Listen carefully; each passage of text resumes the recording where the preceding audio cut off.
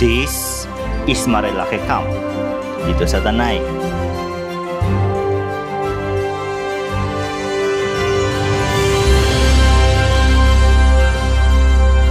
This place is the best for adventure.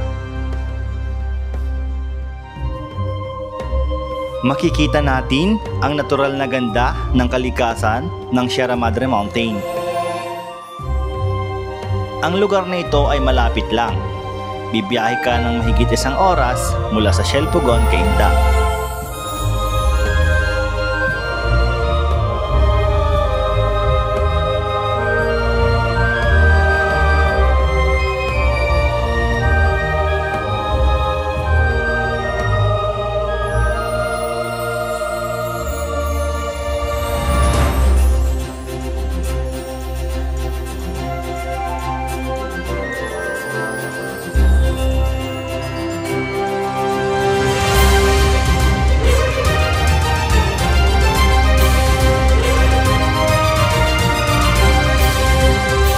At masusubukan ko ang ating husay sa pagmamaneho sa tubig at magpalipad ng ibon sa himpapawid.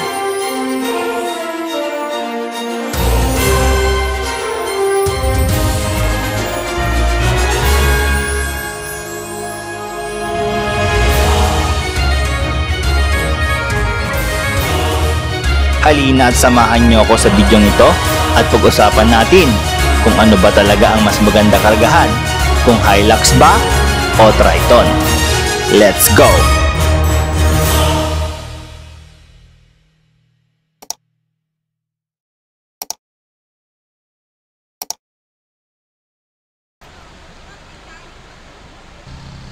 Yan! Magandang umaga mga kaibigan. At andito tayo sa may Tanay, Rizal. Nag-camping tayo, no? Experience, solo camping. Bale, ito yung Triton natin nasa likod, tapos tent, and yung nasa harap natin ay ilog. Ayan, pakita ko sa inyo yung ilog. Ayan yung ilog, oh. So nagkakape lang muna ako at mamaya maya lang din go na tayo, no? Pinagmamasdan ko muna yung mga tumatawid na sasakyan dito. May mga tumawid na kanina eh.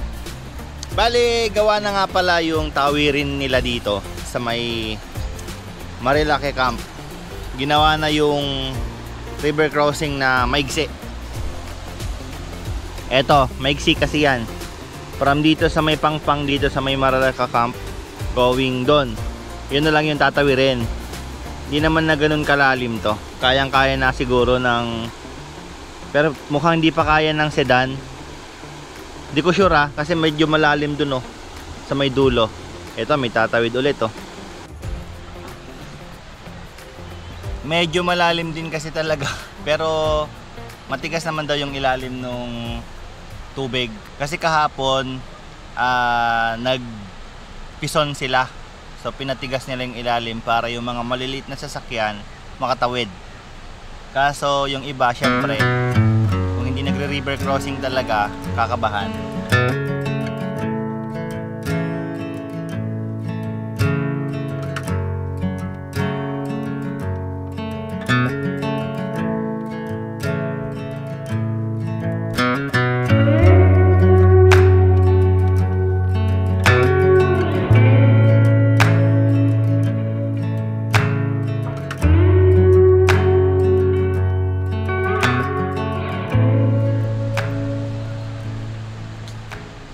Mamaya pag-usapan natin yung isang content ko sa Facebook na sinabi kong mas okay kargahan ng Hilux kaysa dito sa Triton. Explain ko sa inyo mga kaibigan, alright? So ngayon, enjoy lang muna natin yung view. Let's go!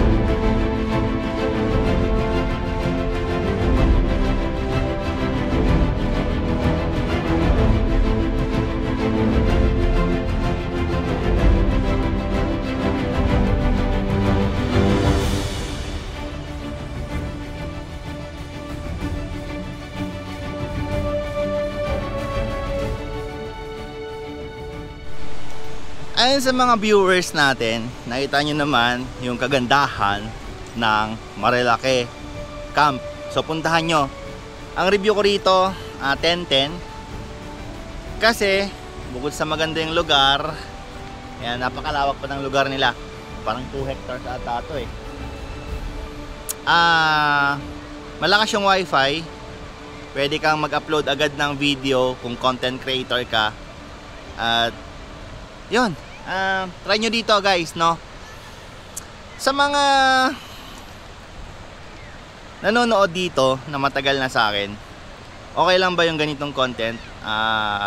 Combination ng travel at saka yung information about dito sa mga sasakyan natin. Okay lang ba sa inyo? Please comment down below para alam ko din mga kaibigan, no, kung good sa inyo yung ganyang setup. Kasi parang mas gusto ko yung ganitong setup sana, para chill tapos informative na rin, di ba? Ewan ko kung informative para sa inyo. Pero ayun, umpisahan na natin yung video natin. Nasabi ko sa nakaraang video ko na mas maganda kargahan ng Hilux kumpara dito sa Triton natin, sa kadahilanan na, so upo muna tayo, explain ko sa inyo. Alright? Kasi baka sabihin nyo naman na masyado ko naman minamaliit yung Triton natin.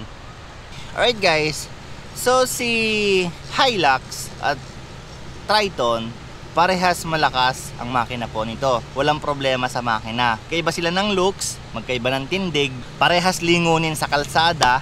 Yan. Yan yung mga gusto nyo marinig. Which is totoo naman mga kaibigan, no? Parehas lingunin sa kalsada yan, dalawang sasakyan na yan. Kaya ako nasabi na si Hilux yung okay kargahan. Kasi ang Hilux mga kaibigan, gumagamit po ng 5 molye po ang gamit ng Hilux.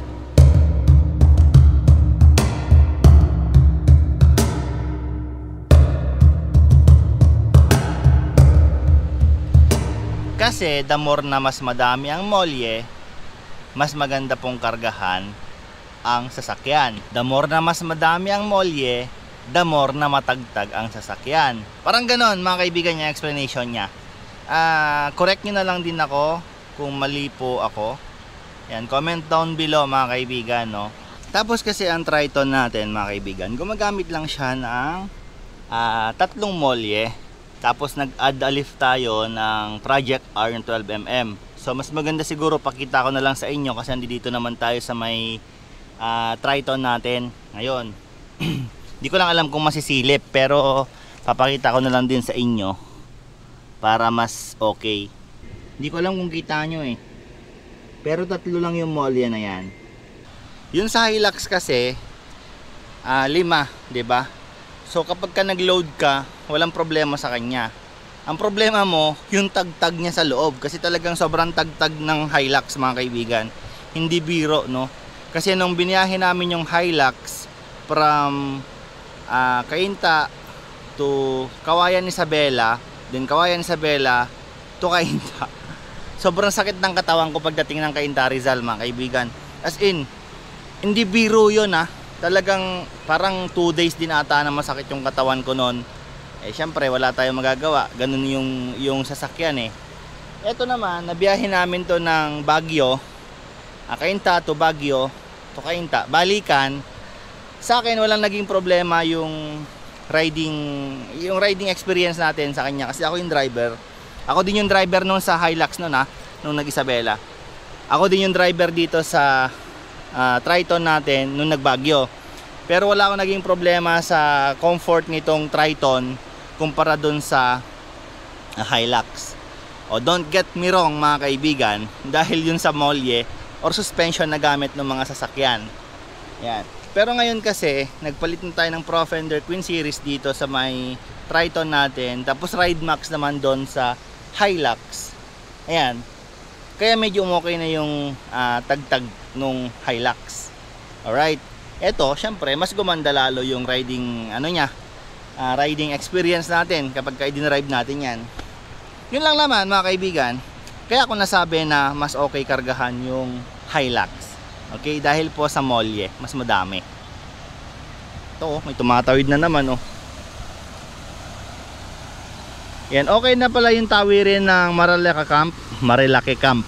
Yan. Tapos ako nagcha-charge lang ako ng remote control nung drone. And mamaya magdi-dismantle na rin tayo. Oy, may dumaan pa rin pala dito. Solid oh. Parang gusto ko tuloy daanan yan mamaya, ano? Apakaangas. Kasi yung tawirin na yan is around, parang ano yan guys, 400 to 500 meters yung layo dun sa pangpang na pupuntahan mo. Yan, van yung tumawid, kaya naman. Pakita ko na rin sa inyo ulit yung gamit nating suspension, Pro Fender Queen Series. Tapos naka-stock lang tayo na control arm, wala pa tayong binabago dyan. Nagpalit lang tayo ng busina din, pakita ko na rin sa inyo.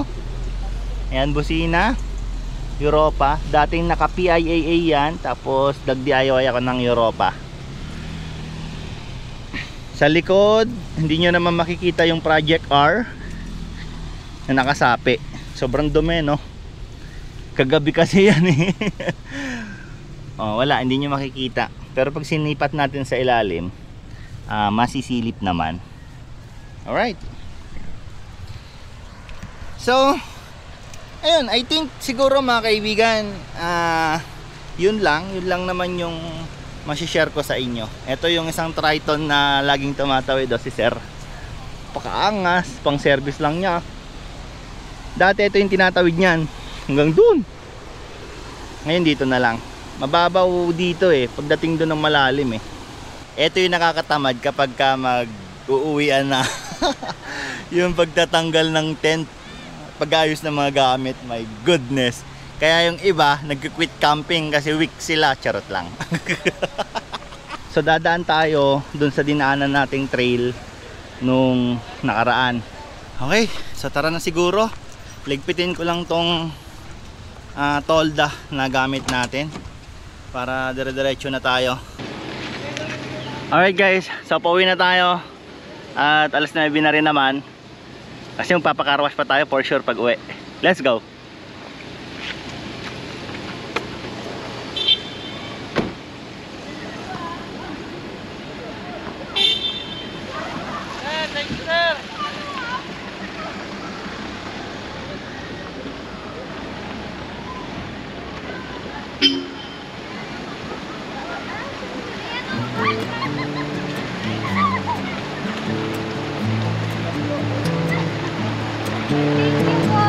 Ay, nakuha mo!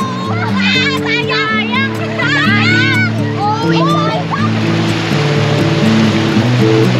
I'll let you go, just need some time. At your own pace, you need to find your way.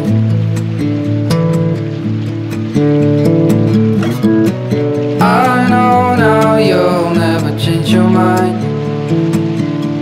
for something that matters to me.